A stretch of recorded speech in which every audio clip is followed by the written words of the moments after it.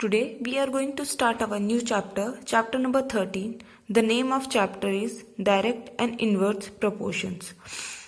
Okay, what is direct proportion and inverse proportion? To understand this, let us take an example. Suppose you went to buy a basketball. Okay, if you want one basketball, the cost you have to pay is 100 rupees. For two basketball, the cost will be 200. For three basketball, the cost will be 300. For four, 400 rupees. Okay, so what we observe from this table that with increase in number of basketball, the cost we have to pay also increase. जब यहाँ पे क्या है हमारा number of basketball क्या है, जैसे जैसे हम इंक्रीज कर रहे हैं तो जितनी हमें कॉस्ट पे करनी है वो भी क्या हो रही है हमारी इंक्रीज हो रही है। 1 के लिए 100 रुपीज हमें पे करना पड़ रहा था, 2 के लिए 200 पे करना पड़ रहा, 3 के लिए 300। तो यहाँ पे क्या हो रहा है जो हमारे नंबर ऑफ बास्केटबॉल है ये क्या हो रही है हमारी इंक्रीज हो रही है। तो वैसे वैसे जो हमें कॉस्ट यहाँ पे करनी है ये भी क्या हो रही है हमारी इंक्रीज हो रही है। ठीक है, तो यहाँ पे क्या हो रहा है increase in one quantity leads to the increase in other quantity. और कभी कभी क्या हो जाता है उल्टे भी हो जाता है, यानी कि एक चीज अगर हमारी डिक्रीज हो रही होगी, एक चीज हमारी डिक्रीज हो रही होगी तो साथ में हमारी दूसरी चीज भी क्या हो रही होगी डिक्रीज हो रही होगी। दो कंडीशन हमारे पास हो सकती है, या तो एक इंक्रीज हो साथ में दूसरा इंक्रीज हो रहा होगा, या तो एक हमारा डिक्रीज हो रहा होगा तो साथ में दूसरा भी हमारा क्या हो रहा होगा डिक्रीज हो रहा होगा। Such variations are called direct proportion. ऐसे वेरिएशन को क्या कहते हैं हम डायरेक्ट प्रोपोर्शन।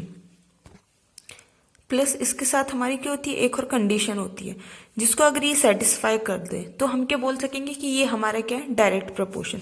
वो कंडीशन क्या होती है जो रेशियो होगा हमारा, ratio x and y, x upon y, ये ऑलवेज क्या होना चाहिए हमारा कांस्टेंट होना चाहिए। ठीक है, एक्स अपॉन वाई हमारा क्या होना चाहिए कांस्टेंट होना चाहिए। अगर हमारा कोई भी क्वेश्चन हमारा ये कंडीशन कि if one is going up the other one should also going up and one is going down the other one should also going down, एक कंडीशन ये। दूसरी कंडीशन क्या है कि x अपॉन वाई हमारे क्या होना चाहिए कांस्टेंट होना चाहिए। अगर कोई भी इन दोनों कंडीशन को सेटिस्फाई करता है तो हम उसको क्या कहेंगे कि वो क्या हमारा डायरेक्ट प्रोपोर्शन है। ठीक है, अब x upon y equals to constant, इसका मीनिंग क्या है। जो हमारी ये टेबल है यहाँ पे हमने क्या है जो हमारे नंबर ऑफ बास्केटबॉल है इसको हमने क्या ले लिया x ले लिया, और जो हमें कॉस्ट पे करना पड़ रहा था वो कितनी हो गई y हो गई। तो x वाले उसमें ये कितना हो जाएगा हमारा x1, ये x2 के इक्वल हो जाएगा x3 x4, सेम एज इधर y1 y2 y3 y4।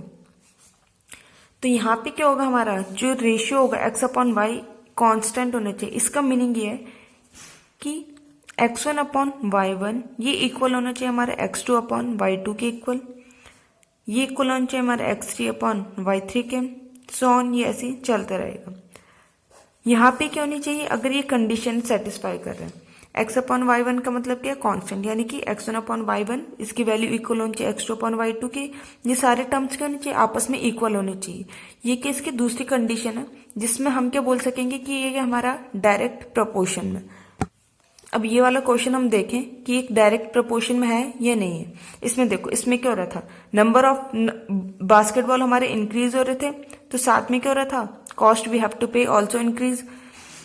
दूसरी कंडीशन हम इसमें देखते हैं सेटिस्फाई कर रही है नहीं कर रही है। यहाँ पे वैल्यूज पुट कर देंगे फॉर्मूले में, तो हमारे यहाँ पे x1 की वैल्यू कितनी है हमारी, x1 किसके इक्वल है हमारा 1 के इक्वल, x2 किसके इक्वल है हमारा 2, x3 इक्वल है हमारा 3 के, x4 है हमारा 4 के इक्वल। सेम एज इधर वाले टेबल में देखें तो y1 हमारा इक्वल है 100, y2 है 200, y3 है 300 एंड y4 है हमारा 400। अब इन सारी वैल्यूज को हम इसमें पुट करें फिर चेक करके देखते हैं कि हमारा डायरेक्ट प्रोपोर्शन है या नहीं है। तो इसमें पुट कर दो x1 अपॉन y1 यानी कि 1 अपॉन 100, x1 अपॉन y1 इसकी वैल्यू कितनी आ गई 1 अपॉन 100 के इक्वल आ गई। x2 अपॉन y2 ये किसके इक्वल है हमारा x2 कितना हमारा 2, y2 कितना हमारा 200। इसको सिंप्लीफाई करेंगे कितना आ जाएगा कैंसिल आउट करके 1 अपॉन 100। यहाँ से x3 अपॉन y3 कितना आ जाएगा, x3 कितना है हमारा 3, y3 कितना है हमारा 300, यानी कि 3 अपॉन 300। इसको भी कैंसिल आउट करो, कितना आ जाएगा 1 अपॉन 100।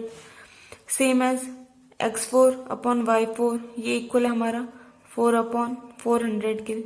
x4 की वैल्यू हमारी 4, y4 की वैल्यू है हमारी 400। इसको भी सिंप्लीफाई करो, कितना हो जाएगा 1 अपॉन 100। तो यहाँ से हमें क्या दिख रहा है कि x अपॉन y1 कितना है 1 अपॉन 100, x2 अपॉन y2 भी कितना है 1 अपॉन 100, x3 अपॉन y3 हमारा 1 upon 100 and x4 upon y4 ये भी कितना आ रहा है हमारा 1 अपॉन 100। यानी कि जो जितनी भी वैल्यूज है हमारी क्या आ रही है, इक्वल आ रही है। यानी कि ये क्या कर रहा है, इस कंडीशन को भी सेटिस्फाई कर रहा है। तो इसको क्या बोल देंगे, ये हमारे क्या है, डायरेक्ट प्रोपोर्शन। जो हमारी ये वाली टेबल गिवन थी, जो हमने एग्जाम्पल मिली, ये क्या हमारा डायरेक्ट प्रोपोर्शन में। कभी कभी हमारा क्या हो जाता है, ऐसी कंडीशन भी आ जाती है, if x is increasing y is also increasing but x upon y is not in proportion, x upon y is not in proportion,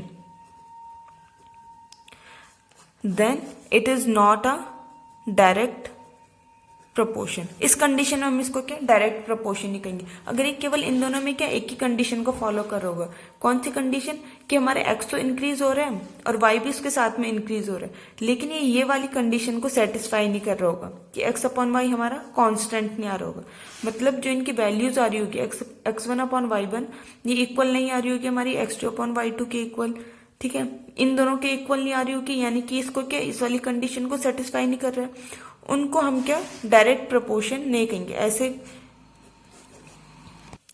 अब हम ये देखते हैं कि जो हमारे फॉर्मूला था x1 upon y1 equal to x2 upon y2 equal to x3 upon y3, ये फॉर्मूला कैसे यूजफुल है हमारे लिए। Okay, how this formula is useful to us, let us take an example. Suppose the value of x1 is given, that is equal to 2 and x2 equal to question mark y1 equals to 5 and y2 equals to 10।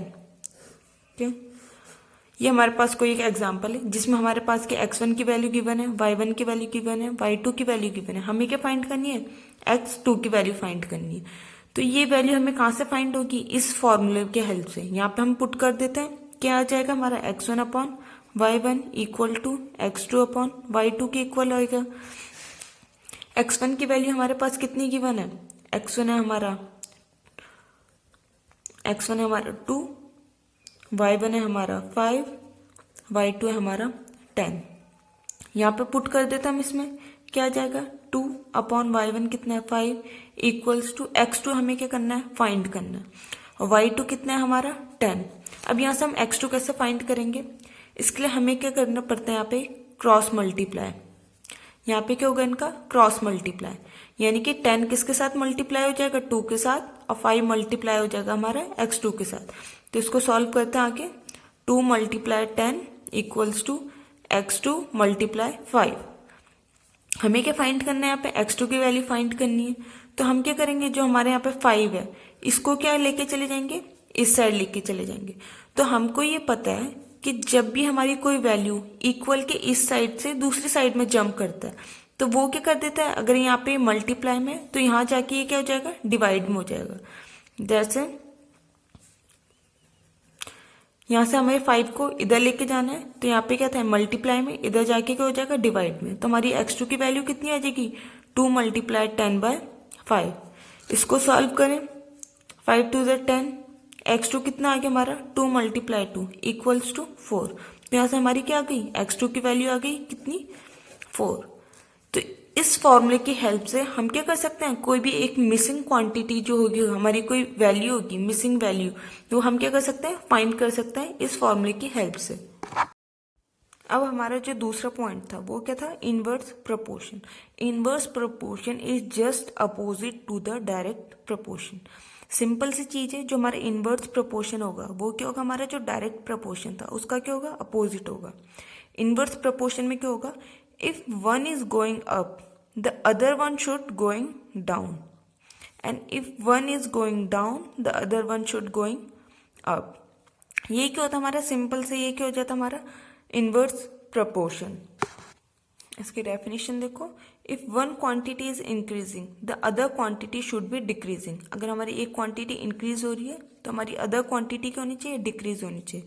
या और if one quantity is decreasing the other quantity should be increasing. इसका एक example देख लेते हैं हम। Example देखो इसका इनवर्स प्रोपोर्शन का। Suppose there is one worker, okay, suppose there is one worker, he takes 30 days to build a wall। एक वर्कर है, वो कितने 30 डेज ले रहा है किसी एक वॉल को पूरा करने के लिए। अगर हम यहाँ पे क्या करें, हमारे जो वर्कर है इनकी क्वांटिटी को अगर हम इंक्रीज कर दें तो जो हमारे दीवार बनने का जो हमारा काम है, यानी कि जो हमारे नंबर ऑफ डेज लगेंगे टू बिल्ड अ वॉल, वो क्या हो जाएगा, डिक्रीज हो जाएगा। सपोज एक वर्कर ने अकेले मिलकर 30 डेज में करा, दो वर्कर साथ में काम कर रहे होंगे तो वो कुछ कम दिन तो लगाएगा ना, let's say 20 days, okay. 3 worker होंगे तो कितने, 3 डेज। ये हम सपोज कर लेते हैं कि एक वर्कर 30 डेज में काम कर रहा था। कोई एक अकेले इंसान किसी एक दीवार को बनाएगा, ऑब्वियसली बात है वो क्या ज्यादा दिन लेकर उस काम को करने के लिए। अगर हम अपने वर्कर्स की क्वांटिटी को इंक्रीज कर रहे हैं तो जो हमारे नंबर ऑफ डेज हैं ये क्या हो रहे हैं, हमारे डिक्रीज हो रहे हैं। यहाँ पे क्या दिख रहा है, when we increase the number of worker the number of days will decrease. दिख रहा है यहाँ पे साफ साफ, हमने वर्कर को इंक्रीज करा तो हमारे नंबर ऑफ डेज क्या हो रहे हैं, डिक्रीज हो रहे हैं। ऐसी कंडीशन को हम क्या कहते हैं, inverse proportion. If one is going up the other one should going down, if one is going down the other one should going up. ये क्या हो जाता है हमारा, इनवर्स प्रोपोर्शन।